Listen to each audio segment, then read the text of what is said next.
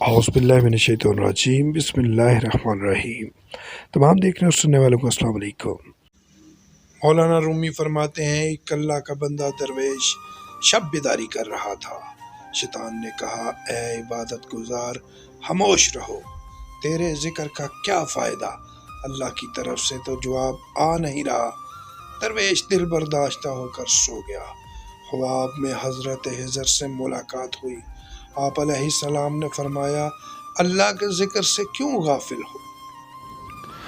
آگے بڑھنے سے پہلے آپ سے گزارش ہے کہ ہمارے چینل کو سبسکرائب ضرور کر لیں تاکہ ہم جو چاہتے ہیں آپ تک پہنچے، آپ تک پہنچ سکے۔ درویش کہنے لگا، اللہ کی طرف سے جواب نہیں آ رہا، اس لیے ذکر کرنا چھوڑ دیا۔ حضرت خضر نے فرمایا، اللہ کہتا ہے، اے میرے بندے، تیرا بار بار اللہ کہنا میرا جواب ہے۔ جب تک تیرا پہلی بار اللہ کہنا قبول نہیں ہوتا، اس وقت تک میں تجھے دوسری بار اللہ کہنے کی توفیق نہیں دیتا۔